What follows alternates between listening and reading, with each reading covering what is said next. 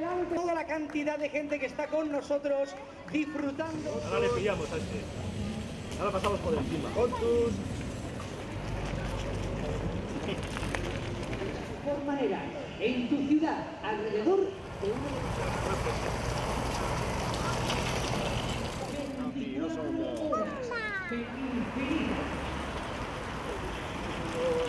Radio Vitoria. Todo aquel que quiera participar con nosotros, sumarse a esta iniciativa solidaria, muy qué bueno.